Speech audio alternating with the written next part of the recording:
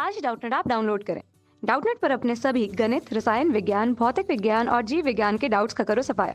बस प्रश्न की फोटो खींचो, एक ही प्रश्न को क्रॉप करो और तुरंत वीडियो सोल्यूशन पाओ। अभी डाउनलोड करें।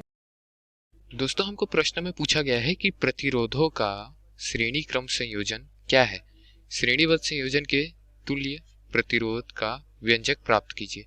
तो श्रेणी क्रम संयोजन हम नाम से ही समझ सकते हैं कि क्या है। श्रेणी क्रम में क्या होता है, जो प्रतिरोध होते हैं उसका एक सिरा होता है वो किसी विद्युत स्रोत से जुड़ा होता है तथा दूसरा सिरा किसी प्रतिरोध के पहले सिरे से जुड़ा होता है और उस प्रतिरोध का दूसरा सिरा किसी तीसरे प्रतिरोध के पहले सिरे से जुड़ा होता है। मतलब प्रतिरोधों के सिरे एक दूसरे से जुड़े होते हैं। पहले प्रतिरोध का सिरा जो होता है वो किसी विद्युत स्रोत के एक आवेश से तथा दूसरा सिरा विपरीत आवेश से जुड़ा रहता है। जैसा कि हम इस चित्र में देख सकते हैं कि पहले प्रतिरोध का एक सिरा धनावेश से जुड़ा है विद्युत स्रोत के, तथा दूसरे प्रतिरोध मतलब आखिरी प्रतिरोध का जो दूसरा सिरा है वो ऋण आवेश से जुड़ा है विद्युत स्रोत के। तो इस हिसाब से ये जो संयोजन है जिसमें सब एक के बाजू एक है, एक के आगे पीछे है, वो क्या हो गया, इसका श्रेणी क्रम संयोजन। तो श्रेणी क्रम संयोजन की तुल्य धारिता के लिए हमको क्या प्राप्त करना है, व्यंजक प्राप्त करना है। तो फिर हम क्या करेंगे, सबसे पहले एक परिपथ का चित्र बना लेंगे। परिपथ में ये धनावेश, ये ऋण आवेश और ये पहला प्रतिरोध, ये दूसरा प्रतिरोध। हमने लगातार श्रेणी क्रम में कितने प्रतिरोध लगा लिए, हमने मान के चल लिया कि ये n प्रतिरोध लगाया है, n नंबर लगाया है, n संख्या में हमने प्रतिरोध इसमें लगाया है।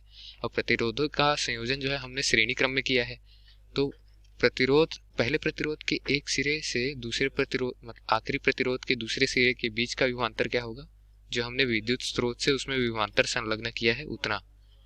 तो मैं मान के चलता हूँ कि इसका जो तुल्य प्रतिरोध है उसका विभवांतर भी क्या होगा, जो विद्युत स्रोत से हमने लिया है वही विभवांतर होगा। तो विभवांतर का मान मैं मान लिया ए बी, ठीक। और हमको यह ज्ञात होता है कि अगर हम श्रेणी क्रम में कुछ भी चीजें हम संयोजित करते हैं तो विभवांतर जो होगा वो क्या होगा, सभी श्रेणी क्रम में जो उपकरण हमने लगाए हैं, तत्व हमने लगाए हैं, उनके विभवांतर का योग होता है। मतलब ये प्रतिरोध R1 का विभवांतर अगर हम लेते हैं V1, R2 का विभवांतर हम लेते हैं V2, क्रमशः Rn का हम लेते हैं Vn, तो इनके बीच का जो विभवांतर है VAB, उसका मान क्या होगा, उसका मान होगा R1 के लिए जो हमने लिया था विभवांतर वो V1 धन V2 धन V3 क्रमशः कहाँ तक जाएगा, जितने प्रतिरोध हमने श्रेणी क्रम में लगाए हैं उसके आखिरी प्रतिरोध के विभवांतर तक। मान हमने लिया है Vn, ठीक है। तो इसको सुयोजित ढंग से मैं लिख लेता हूँ नीचे। तो इसको क्या लिख सकते हैं, श्रेणी क्रम में विभवांतर का विभाजन, विभवांतर का विभाजन। विभवांतर का विभाजन के लिए क्या है, VAB मतलब दोनों सिरों के बीच का विभवांतर क्या होगा, सभी प्रतिरोधों के विभवांतर के योगफल के बराबर होगा। हमने कितने ले लिए हैं प्रतिरोध, Vn लिए हैं। तो ये कहाँ तक जाएगा, ये Vn तक जाएगा ये श्रेणी। अब हम जानते हैं कि VAB जो हमने लिया है विभवांतर A और B बिंदु के बीच, उसके लिए हमने तुल्य परिपथ के तुल्य प्रतिरोध का मान हमने Re मान लिया है। तो Re जो है वो तुल्य प्रतिरोध है परिपथ का। तो Re के सिरों पर विभवांतर क्या होगा, VA माइनस VB मतलब VAB। तो इस विभवांतर के लिए तुल्य प्रतिरोध हमने माना है Re। अब हम ओम का नियम यहाँ पर लगाए तो ओम के नियम से जानते हैं कि जो विभवांतर होता है वो क्या होता है, धारा गुना प्रतिरोध।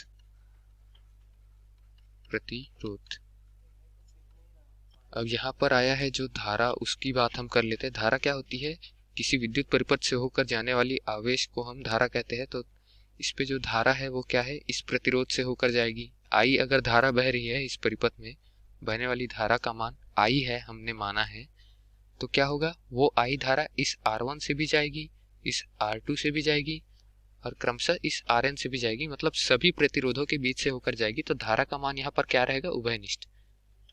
धारा नियत रहेगी श्रेणी क्रम में, क्योंकि एक के बाद जा रही है तो दूसरे पे पहुंच रही है, तो धारा नियत है। अब V1 मतलब विभवांतर 1 क्या है, प्रतिरोध एक के सिरों पर विभवांतर है, उसमें धारा तो बराबर रहेगी लेकिन प्रतिरोध का मान जो है वो अलग अलग रहेगा। तो वी ए बी के लिए क्या है, तुल्य प्रतिरोध हमने आर ई माना है, धारा का मान तो इसमें भी आई ही रहेगा।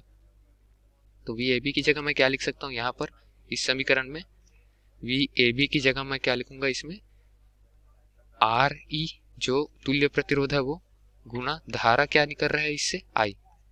अब मैं मान लेता हूँ जो हमने संयोजन के लिए लिया है R1 R2 R3 के लिए, V1 क्या होगा ओम के नियम से, V1 होगा R1 गुना I धन V2 क्या होगा, V2 होगा R2 गुना I, मतलब दूसरा प्रतिरोध गुना दूसरे प्रतिरोध से होकर जाने वाली धारा। वैसे V3 होगा R3 गुना I, और क्रमशः इसको हम आगे तक ले जाए तो Vn होगा Rn गुना I। अब हम देखते हैं कि सभी में धारा क्या है, बराबर है, समतुल्य है। तो धारा को हम क्या करेंगे, उभयनिष्ठ अगर निकाल दें तो ये क्या हो जाएगा, धारा उभयनिष्ठ, R1 की जगह R1 गुना 1, R2 की जगह R2 गुना 1, तो ये हो जाएगा धन में R2।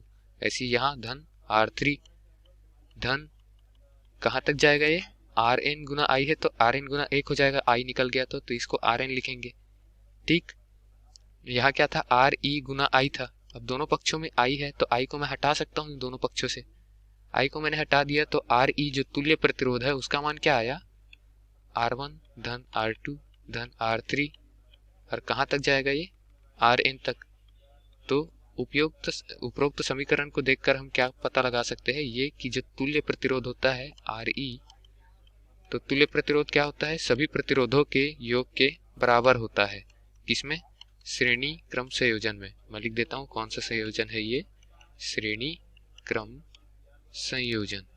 तो यही व्यंजक हमको प्राप्त करना था दोस्तों। धन्यवाद। कक्षा 6वीं से 12वीं से लेकर नीट IIT JEE वो एडवांस के लेवल तक 1 करोड़ से ज्यादा छात्रों का भरोसा। आज ही डाउनलोड करें डाउटनेट ऐप या व्हाट्सएप करें अपने सारे डाउट्स 8400 400 400 पर।